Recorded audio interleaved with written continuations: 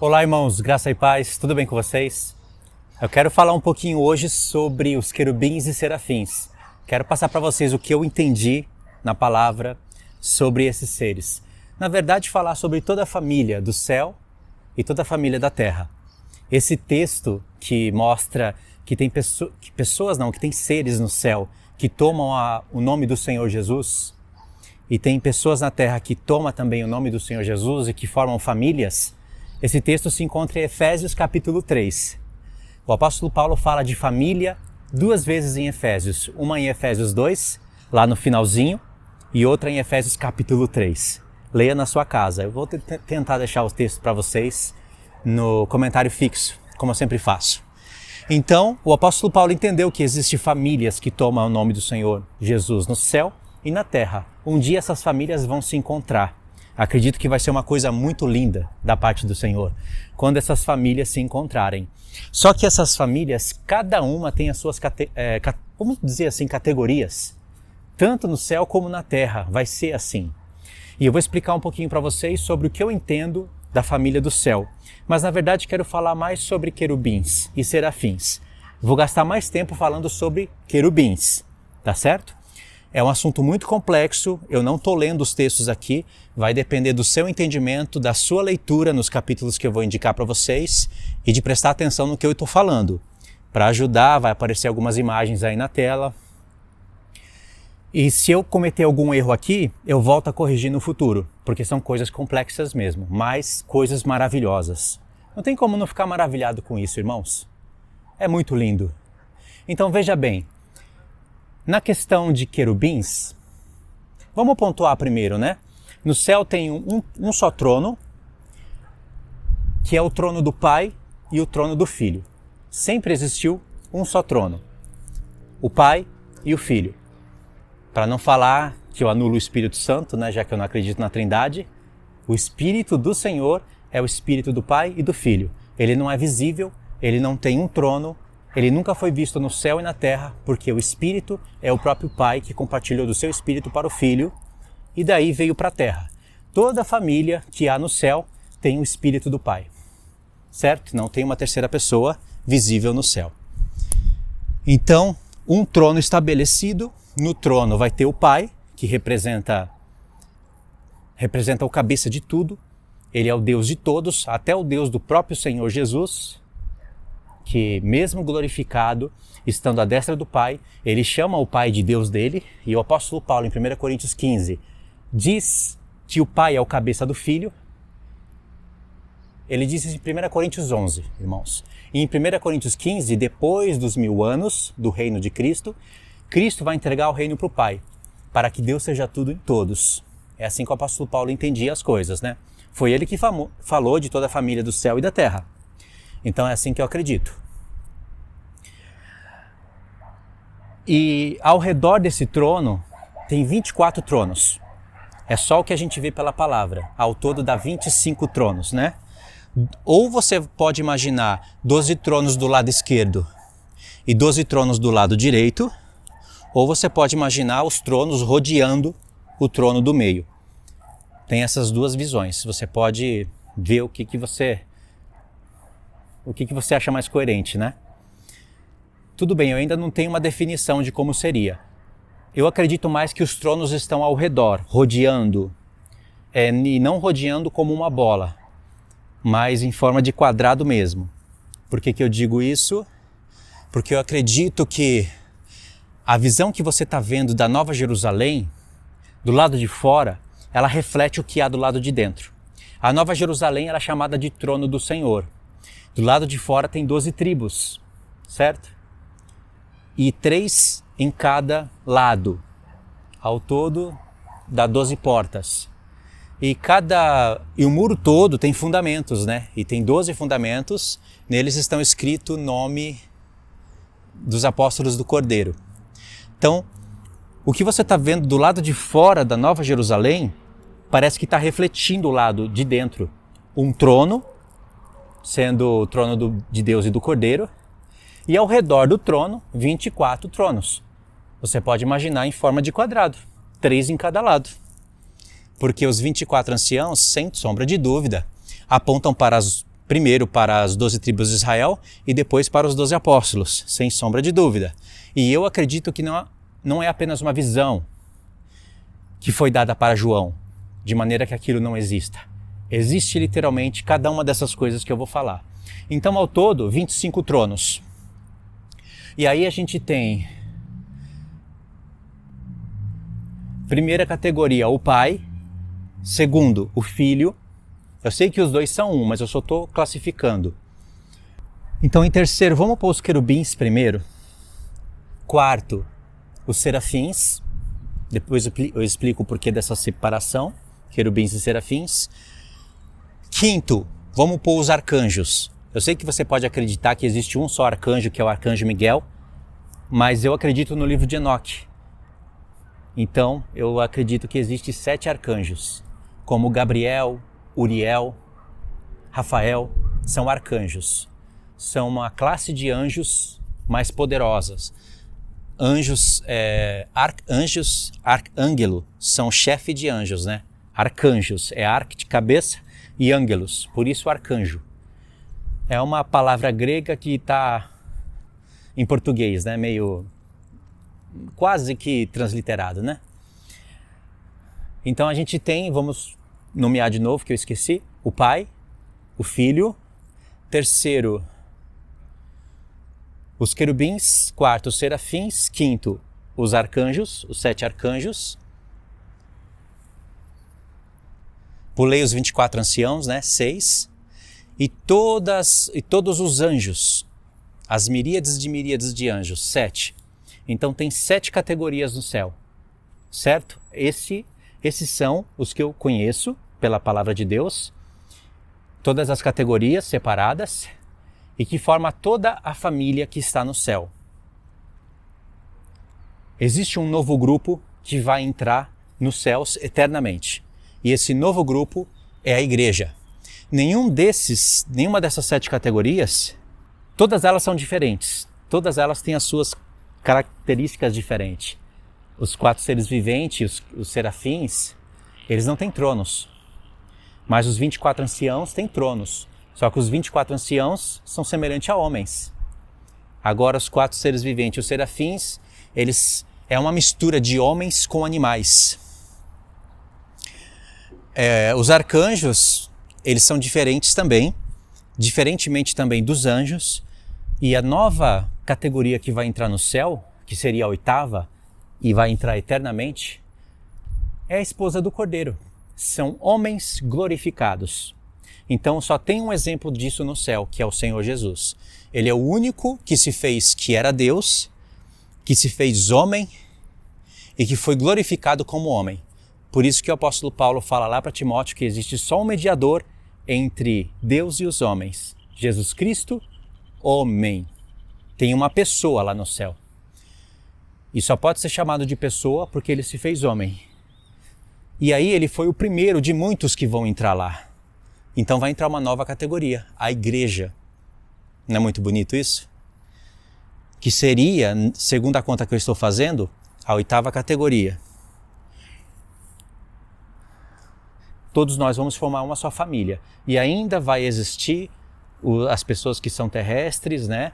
Cada um com a sua categoria, que seria, primeiramente, os sacerdotes rebaixados, que estarão ali trabalhando para as 12 tribos de Israel literais, digo falando no milênio, e todas as outras nações restantes. Então até na Terra tem vários tipos de categoria. Então assim a gente está vendo o universo do Senhor. Olhando daqui para frente, nós estamos vendo o universo do Senhor. Dentro desse universo, o que eu queria falar no vídeo de hoje é sobre os querubins, para mostrar que existe uma certa diferença entre querubins e serafins. E não é fácil falar sobre isso, porque você precisa estar familiarizado com o que eu vou falar, precisa de uma leitura em capítulos específicos, e aí você vai poder compreender o que eu quero passar com tudo isso. Quando você começa a olhar para todas essas coisas do céu, você começa a pensar nas coisas que são do alto, é mais fácil de você poder viver uma vida de ressurreição, e começa a se cumprir na sua vida aquilo que o apóstolo Paulo falou em Colossenses 3, Se você já ressuscitou com Cristo, pensa nas coisas que são do alto, aonde Cristo está assentado. Então você vai pensar em toda a família do céu. Junta Colossenses 3 com Efésios 3, já que são cartas quase que gêmeas, e você vai ter essa informação. E aí você vai começar a pensar nas coisas que são do alto. É mais fácil para você ter uma vida de ressurreição, mesmo ainda não estando ressuscitado, e mesmo vivendo nesse corpo de carne, né, você vai poder ter mais força para vencer as tentações da carne. É assim que o apóstolo Paulo fala em Efésios 3, em Colossenses 3, em todas as cartas, resumindo, né? Então, pensando sobre tudo isso, você vai ter mais vontade de ler os profetas, vai entender melhor as cartas do apóstolo Paulo, de onde ele tira certas expressões, enfim. Então, vamos pensar nos querubins. Existe uma história maravilhosa sendo contada só com os querubins.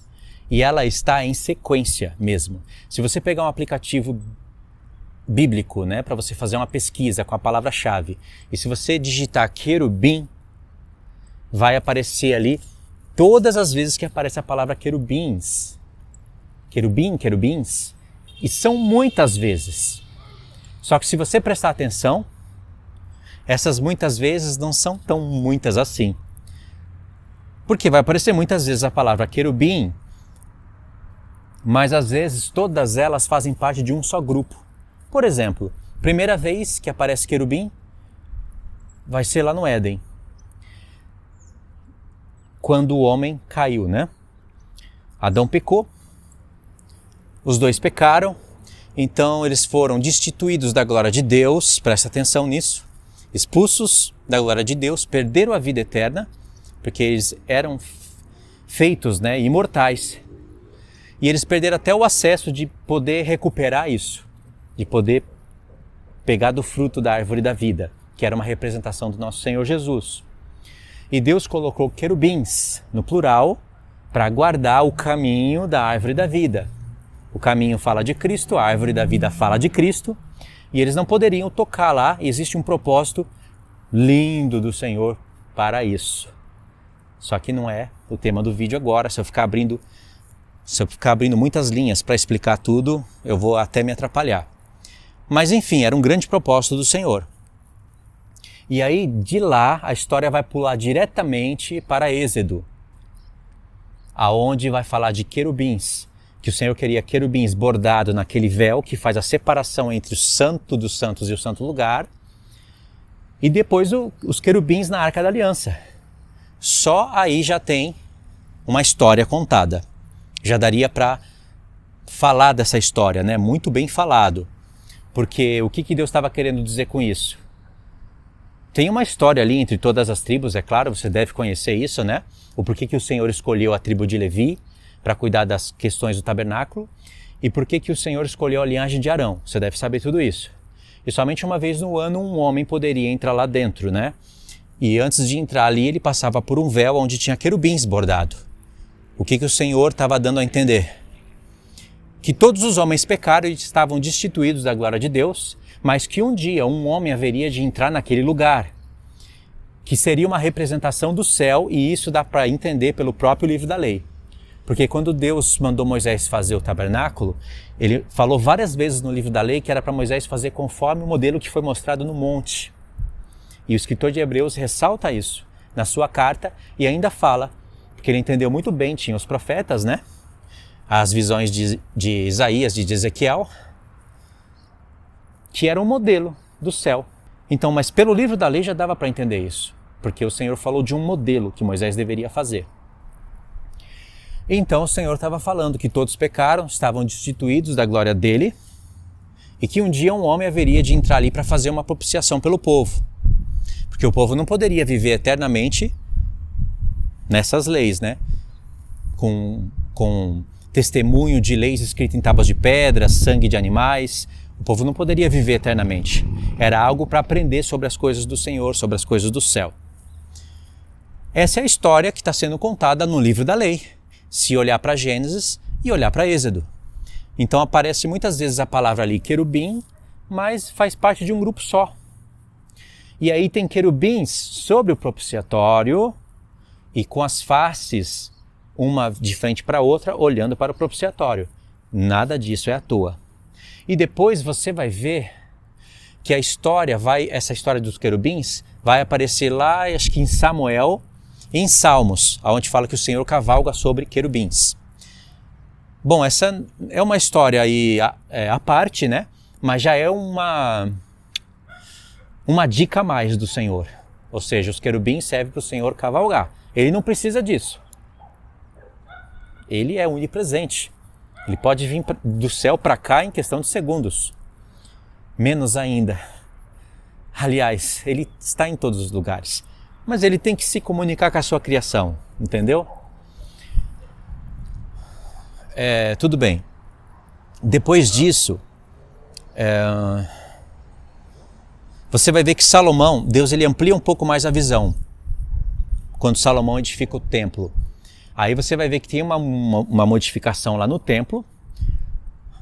Não dá para falar todos os detalhes agora do Santo dos Santos, mas o Senhor pediu agora 2 querubins enormes, fora aquele da Arca da Aliança, aqueles 2 da Arca da Aliança, 2 querubins enormes, com todos aqueles detalhes que você pode conferir lá no livro de Reis. E tem um detalhe que está em Crônicas, e só tem em Crônicas, que debaixo dos querubins tinha carros. Então, ao todo, já tem 4 querubins, certo? Então, ali já tem uma visão mais exata do céu. Só que é só sombras até agora. Aí, então, o Senhor vai falar disso através de Isaías capítulo 6. E esse é muito importante, porque ao invés de aparecer querubins, vai aparecer serafins. Os serafins também são 4, eles são bem semelhantes aos querubins. Tem pessoas que acham que é até o mesmo, eu não acho que são os mesmos. Mas ali, Isaías vai ver a visão do céu, como é mais ou menos, né, a realidade do que estava figurado no tabernáculo. Isaías não vai ver menorá, não vai ver altar de ouro, não vai ver muitas coisas. Deus vai revelando progressivamente. Mas Isaías viu algo já que era real. Ele viu um grande trono no céu, o Senhor assentado sobre ele. As abas da sua veste enchiam o templo e os querubins estavam ali cantando: Santo, Santo, Santo é o Senhor dos exércitos e toda a terra está cheia da sua glória.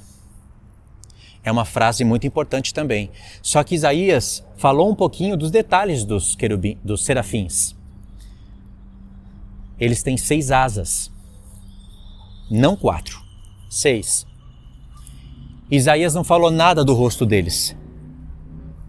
Não sei se ele viu e não falou porque não quis falar, ou se não tinha nada para falar nos rostos dos serafins. Mas vai ter um cálculo lá em Apocalipse. É difícil falar sobre isso, irmãos, mas vai ter um cálculo lá em Apocalipse, depois que você passar por tudo isso que eu estou falando, que você vai ficar em dúvida se ali são querubins ou serafins, ou são os 2, ou é a mesma coisa, mas o Senhor está indicando coisas maravilhosas ali. Enfim, Isaías não quis falar muita coisa. Ou o Senhor não mostrou, né, muita coisa para Isaías, porque o Senhor ele pode mostrar para Isaías somente o que Isaías precisava ver. Mas depois, a história vai para Ezequiel. Aí você tem que ler Ezequiel capítulo 1 e Ezequiel capítulo 10, onde aparecem os seres viventes, mas que ali são chamados de querubins. E tem diferenças. Cada um tem 4 faces. Rosto de leão, rosto de homem, rosto de novilho e rosto de águia. Isso no capítulo 1. No capítulo 10 já vai ter uma pequena mudança. Ao invés de rosto de novilho, vai falar que é rosto de querubim, um deles. Ezequiel fala que era a mesma visão. Eram os mesmos seres viventes. Aí já tem um mistério, né? Um dos querubins estão com a face diferente, com a face de querubim. O que é face de querubim? A gente precisa meditar nisso. Mas Ezequiel vai falar que cada um tem 4 asas, não 6. Isso é detalhe importante. E Ezequiel vai ver muito mais. Ezequiel vai ver o trono que Isaías viu, mas agora ele vai ver querubins com todos aqueles detalhes, vai ver aquelas 4 rodas com detalhes incríveis, e o detalhe das faces, e muitos detalhes, tipo as asas dos querubins, quando bate uma na outra, tem voz como tem barulho como de um exército, barulho como de muitas águas, com a voz do Todo-Poderoso. E aí, irmãos, são detalhes que parecem que estão todos ocultos, mas não estão. Tem um propósito para tudo. Você tem que entender que os querubins, eles flutuam, não precisam daquelas rodas. E nem o Senhor precisa dos querubins.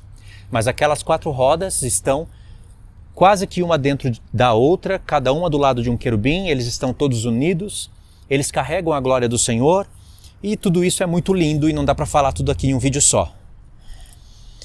E lá em Ezequiel 10, você precisa ler também. Ezequiel vai repetir alguns detalhes, mas vai acrescentar outras coisas. Pronto, já tem uma história aí. Só que Deus, no próprio livro de Ezequiel, ele vai falar mais 2 coisas importantes. São três pontos de história dentro do livro de Ezequiel, né? Aqui está no capítulo 1 com o capítulo 10. E depois, lá no capítulo 28, o Senhor vai usar o rei da Síria para revelar a queda do diabo. E vai falar que ele era um querubim ungido da guarda de Deus. Deus colocou querubins no Éden para guardar o Éden.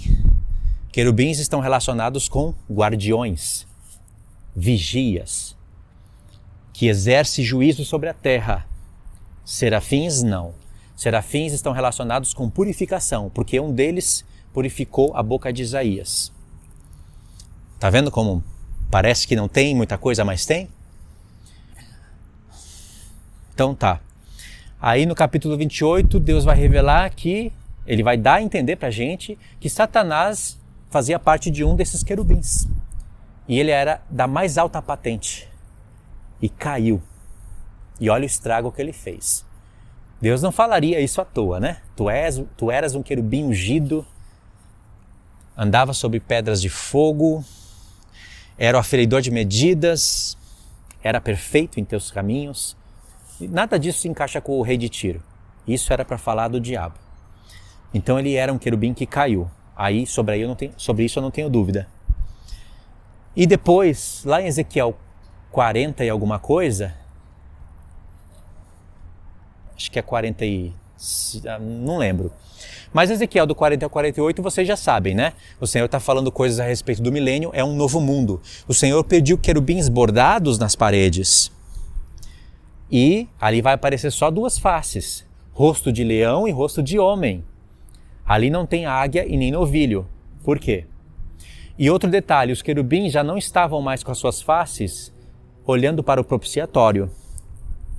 Eles estavam com as suas faces olhando para palmeiras. Aí já tem uma história contada. Aí se você somar todas essas histórias, e elas foram apresentadas para a gente realmente em uma linha do tempo exata, você vai começar a entender coisas do alto, coisas profundas. Mas a tampa da panela está lá em Apocalipse. Porque lá em Apocalipse, capítulo 4, capítulo 5, esses seres viventes, eles vão aparecer lá. Tanto querubins como serafins foram nomeados de seres viventes. Só que um chama querubim, outro chama serafim. Serafins têm 6 asas, querubins 4. Eles têm as aparências semelhantes, mas parece que as faces um pouco diferentes. Não parece que serafins têm 4 faces. Parece que cada uma tem uma face semelhante à dos animais. Não cada serafim tendo 4 faces. Os querubins, eles têm 4 faces. Os querubins, eles são semelhantes a carvão no fogo. Tem fogo sobre eles, mas é semelhante a um carvão pegando fogo. Os querubins, os serafins não. Eles são semelhantes a fogo mesmo. Aliás, a própria raiz da palavra serafins é como se fosse consumindo pelo fogo, ardendo em fogo, queimando. Essa é a raiz da palavra serafim. Se você for pesquisar isso, você vai encontrar o que eu estou falando. Então vê como eles têm algumas semelhanças, mas não são os mesmos seres? Aí, o mais curioso de tudo é que lá em Apocalipse 4 vai aparecer os seres viventes, só que não vai falar se são querubins ou serafins. E eles vão cantar, eles vão falar: Santo, Santo, Santo é o Senhor dos Exércitos, mas vai mudar a frase. Não vai ser como em Isaías 6, e toda a terra está cheia da sua glória, porque eu acredito que isso fala do milênio. Só no milênio que toda a terra estará cheia da glória de Deus de fato. Eu sei que tem muitas criações maravilhosas do Senhor, quem criou o mundo foi o Senhor, só que esse mundo está alterado. O mundo não está cheio da glória de Deus, estará no milênio. Literalmente, o mundo inteirinho, tanto os animais do céu como da terra, como todas as famílias da terra, como toda a criação, como tudo que vai ser levantado e criado, tudo vai ser a glória de Deus. O sol, a lua, tudo, nada fica fora disso. Por isso que eu acredito que os serafins cantaram a respeito do milênio. Agora em Apocalipse, diz Santo, Santo, Santo é o Senhor dos Exércitos, aquele que era, que é e que há de vir. Então eles estão cantando algo ainda do nosso tempo. O curioso é que João vê que cada um dos seres viventes tem 6 asas, não 4. E 6 asas, quem tem são os serafins e não os querubins. E aí? Como entender esse mistério? Porque no capítulo 6 de Apocalipse, cada um dos seres viventes vai chamar um cavalo. E até então a gente entendia que quem chamavam os cavalos eram os querubins. Só que os querubins têm 4 asas e não 6. Certo? O que dá a entender que é tudo igual e faz a gente não ficar pensando muito sobre isso, é porque tem aquela palavra, santo, santo, santo. Não é? Os serafins de Isaías 6 falaram isso, e lá em Apocalipse 4 está acontecendo isso. E realmente as 6 asas coincidem, certo? As 6 asas vão coincidir. Mas a gente chama aqueles seres viventes de Apocalipse 4 de querubins. E os querubins têm só 4 asas. O que o Senhor está falando para a gente nisso? Você vai ter que calcular. Se você entende, realmente está entendendo o que eu estou falando, e lê as características, você vai perceber que serafins e querubins são seres diferentes, não são os mesmos. E como resolver o caso em Apocalipse? Pode ser assim. Bom, o primeiro eu já elimino. Eu não acredito que seres viventes... os dois são seres viventes, né?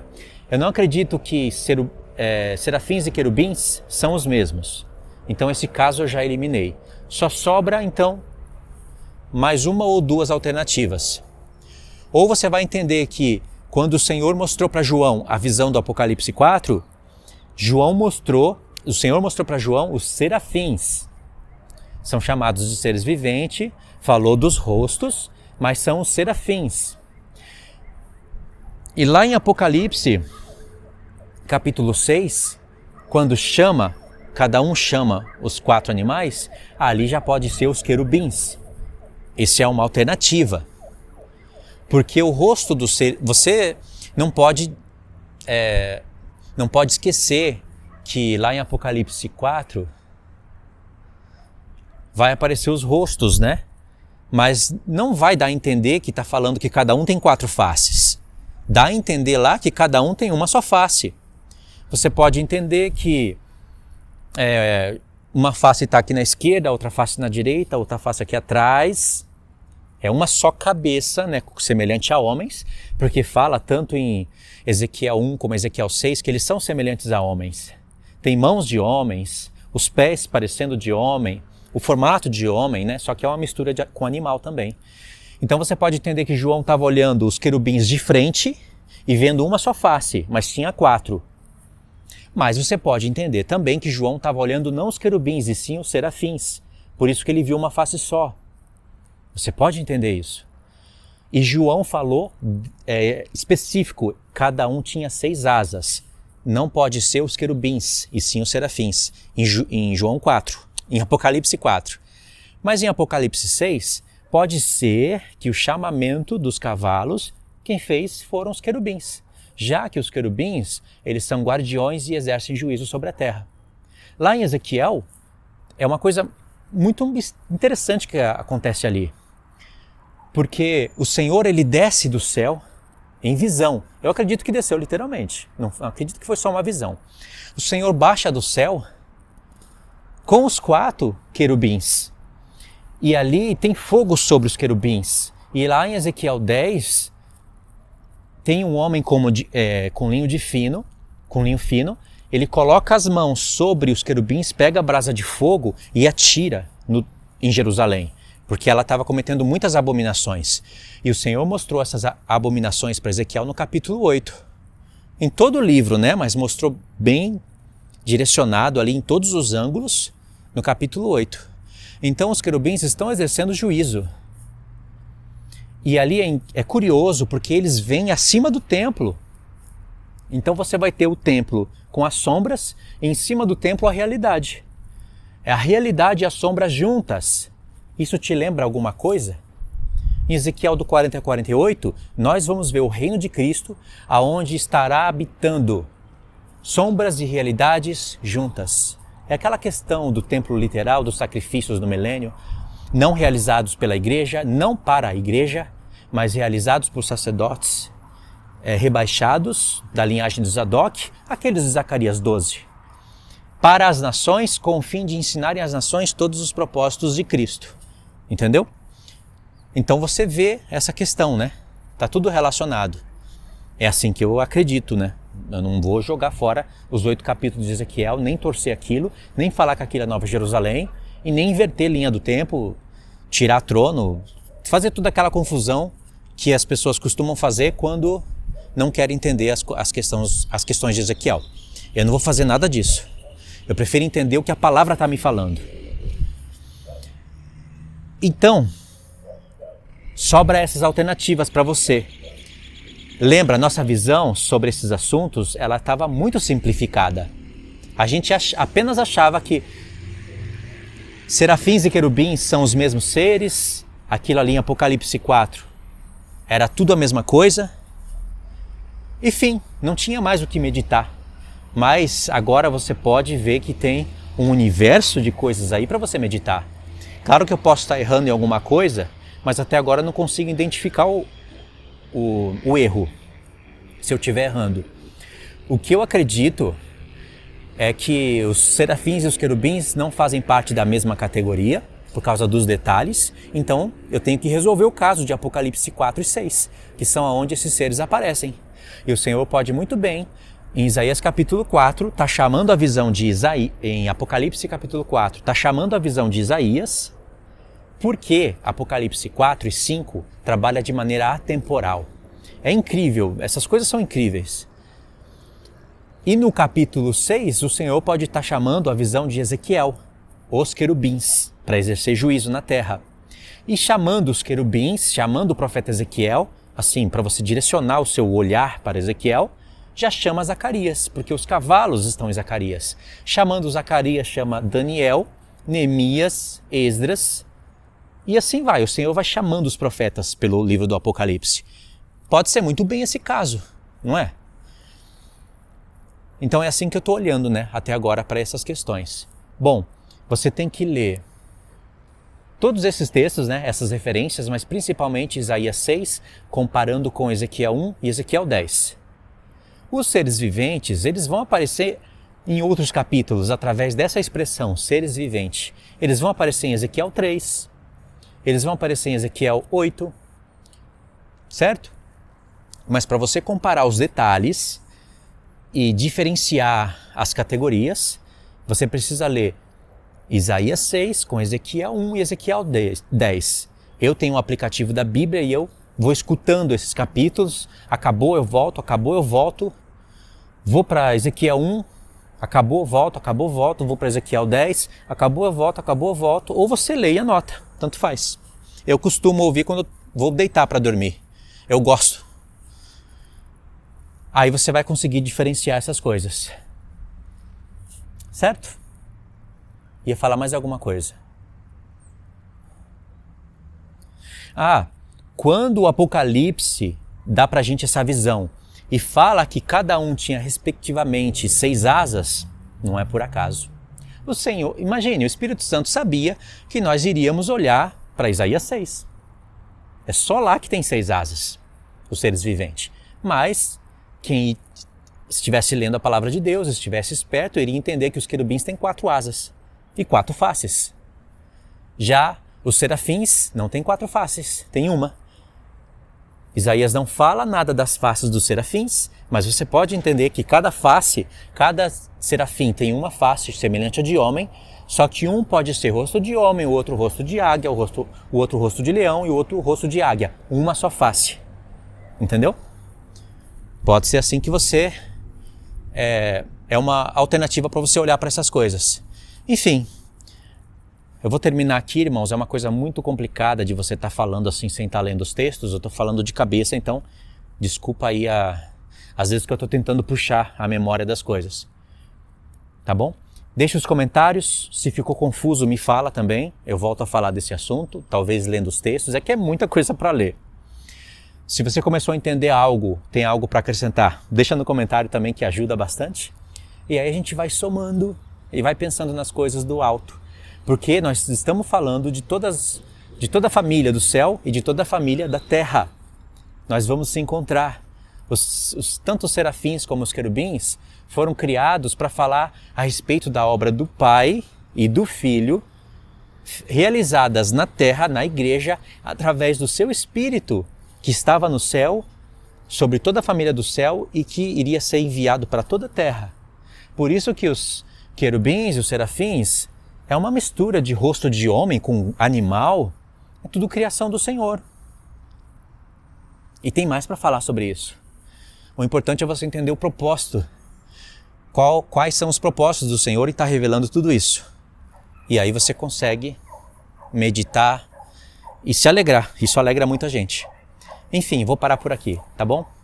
Não esqueça aí de conferir a inscrição no canal, compartilhe o vídeo. Faz aí o que você pode fazer para ajudar o canal.